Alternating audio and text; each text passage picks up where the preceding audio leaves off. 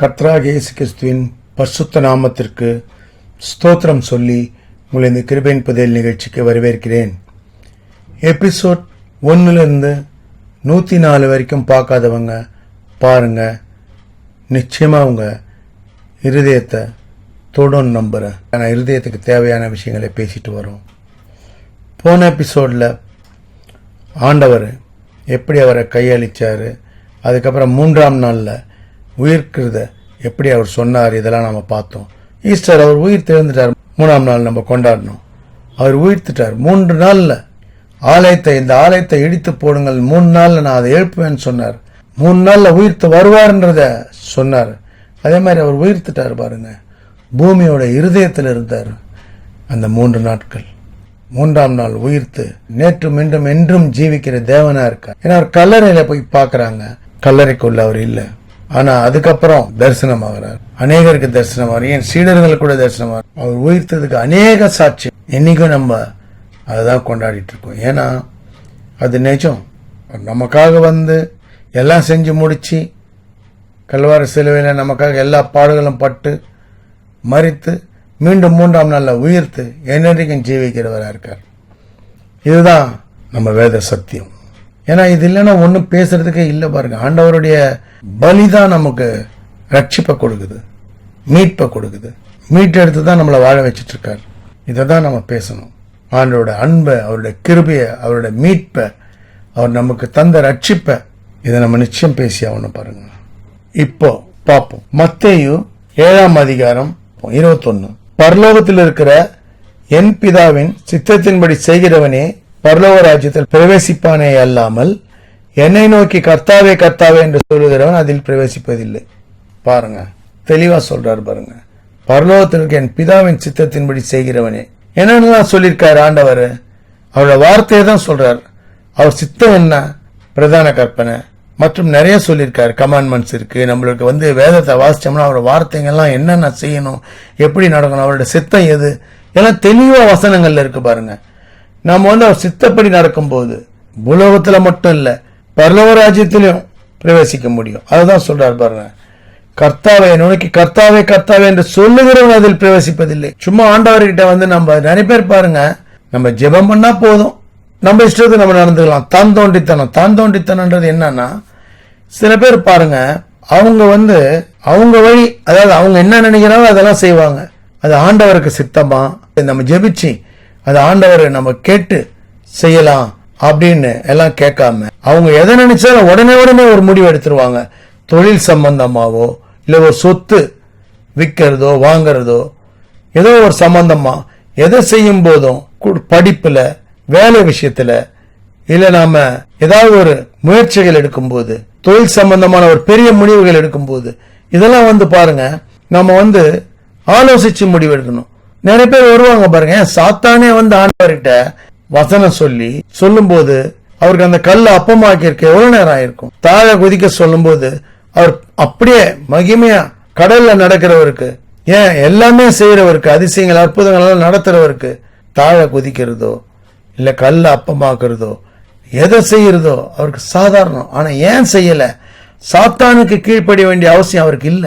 சாத்தானே அப்பாலே போன்னு சொல்றாரு. இப்ப பாருங்க, தொழில் முறையா, சொத்து விஷயத்துல, கொடுக்கல் வாங்கல்ல, எதுலையுமே யாராவது அணுகும் போது, நம்ம பெரிய முடிவுகள் எடுக்கும் போது இது ஆண்டவர் சித்தப்படிதான் இருக்கா பகுத்தறியணும் பாருங்க. எல்லாவற்றையும் சோதித்து பார்த்து நலமானதை பிடித்துக் கொள்ளுங்கன்னு சொல்றாரு ஆண்டவர். பகுத்தறிய சொல்றாரு. கர்த்தாவே கர்த்தாவே நம்ம சொன்னா பரலோக ராஜ்யத்துல பிரவேசிப்போன்றது தவறானது.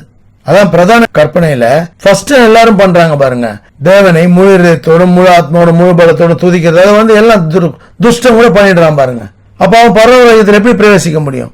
ஆனா 2வது கற்பனை இருக்கு பாருங்க, அதை 90% அபவ் செய்யறதில்ல பாருங்க. உன்னை நேசிக்கிறத போல பிறரை நேசிக்கணும்னு சொல்றாரு. அதுதான் 2வது கற்பனை.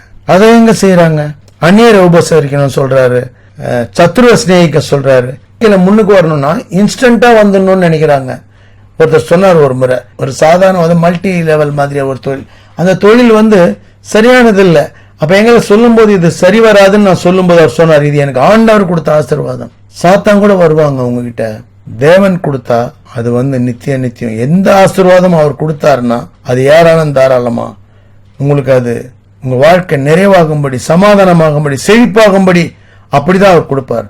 எந்த ஒரு தொழில் நீங்க தேர்ந்தெடுக்கிறது அவரு சித்தப்படி இருந்தா நிச்சயமா அது ஆசீர்வாதமும் செழிப்பும் சமாதானமும் சந்தோஷமா மட்டும்தான் இருக்குமே தவிர கேட்டுக்கு போறதா நிச்சயமா இருக்காது. அதான் அவர் சித்தத்தின்படி இருக்கா, ஏதோ அவர் சித்தம்னு நம்ம இந்த பூலோகத்திலையும் சரி நம்ம பார்க்கணும் பாருங்க. அதாவது ஒரு விஷயத்திலையும் சொல்றாங்க, இப்போ நான் ஆண்டவரை வணங்குறேன், நான் உபவாசம் இருப்பேன் எல்லாம், அதுக்குதான் அடுத்த வசனத்துல சொல்றாரு பாருங்க.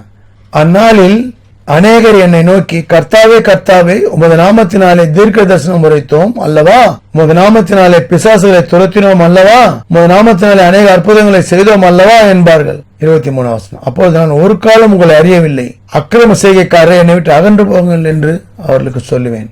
சொல்லிட்டார் பாருங்க. சாத்தானோட சித்தமா அவரோட சித்தமான்னு கூட தெரியாம அவர் சித்தப்படி செய்யல, சாத்தான் சித்தப்படி செஞ்சுட்டு நீங்க எல்லாம் உங்க இஷ்டத்துக்கு செஞ்சுட்டு கஷ்டம் பிரச்சனை நஷ்டம் எல்லாமே உங்களால நீங்க எடுத்த முடிவால நீங்க சாத்தானுக்கு கீழ்ப்படிஞ்சதால அழைப்பு, அந்த அழைப்பு சாத்தானோட அழைப்பா ஆண்டவரோட அழைப்பா, இதை நம்ம தெரிஞ்சுக்க முடியாதா?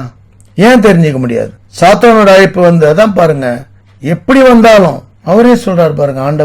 ஆண்டவர்கிட்ட சொல்றாங்க, தீர்க்க தரிசனம் உரைத்தோம் அல்லவா, பிசாசுகளை துரத்தினோம் அல்லவா, அக்கிரமக்காரரை உங்களை அறியன்றார் பாருங்க. இப்ப சில பேர் நான் உபாசம் இருப்பேன், நான் தினம் இத்தனை மணி நேரம் ஜெபம் பண்ணுவேன், நான் சபையில இருக்கேன், நான் இந்த சபையில இருக்கேன், இப்படி நான் ஆண்டவரை எப்பவும் துதிக்கிறேன் அப்படின்னு சொன்ன உடனே சில பேர் நம்பிடுவாங்க பாருங்க. ஆனா அவங்க இருதயத்தை பார்க்கக்கூடிய அந்த ஒரு வல்லமை இல்ல. நான் அதை ஒத்துக்கிறேன். ஆனா ஆண்டவரிடத்துல, ஆண்டவரே அந்த பகுத்தறிகிற ஞானத்தை எனக்கு தாங்க, சோதித்து பார்த்து நலமானதை பிடித்துக் கொள்ளும்படி என்னை நடத்துங்க அப்படின்னு நீங்க ஆண்டவர்கிட்ட கேட்டா நிச்சயமா நடத்துவார். உங்களுக்கு இருதயத்துல பேசுவார். எதை செய்யணும் எதை செய்யக்கூடாதுன்னு ஆண்டவர் சொல்றது எதுன்னு நீங்க கண்டுபிடிக்க தெரியலனா இதுதான் ஆண்டவர் உங்களுக்கு சொல்லுவார். என் பிதாவின் சித்தத்தின்படி, பரலோகத்தில் இருக்கிற என் பிதாவின் சித்தத்தின்படி செய்கிறவனே பரலோக ராஜ்யத்தில் பிரவேசிப்பானே அல்லாமல் என்னை நோக்கி கர்த்தாவே கர்த்தாவே பிரயோஜனம் இல்லைன்றார். என்னை நோக்கி கர்த்தாவே கர்த்தாவேன்னு சொல்லி பிரயோஜனம் இல்ல. நான் தீர்க்க தரிசனம் உரைச்சேன், எல்லாம் செஞ்சேன், அதெல்லாம் பிரயோஜனம் இல்ல. தான் தோண்டித்தனமா தான் இஷ்டத்துக்கு எல்லா அக்கறமா எல்லாமே செஞ்சுட்டு கெட்ட ஆலோசனைக்கெல்லாம் இடம் கொடுத்துட்டு எல்லாமே உங்க வாழ்க்கைய சீரழிச்சிட்டு உங்க விருப்பமா இருந்துட்டு ஆண்டவர் சித்தப்படி செய்யாம எல்லாமே செஞ்சு அதுக்கப்புறம் கர்த்தாவே கர்த்தாவேன்னு கூப்பிட்டு பிரயோஜனம் இல்லைன்னு சொல்றார். நம்ம வாழ்க்கையில சாத்தான் அழைப்பு எது, ஆண்டவரோட அழைப்பு எது? ஈவன் பாருங்க, நம்ம உறவுகள்ல நட்புகள்ல தெரிஞ்ச அறிஞ்சவங்கல்ல சபையில இருக்கவங்கல்ல எல்லாருமே கூட எதை வேணா சொல்லலாம்.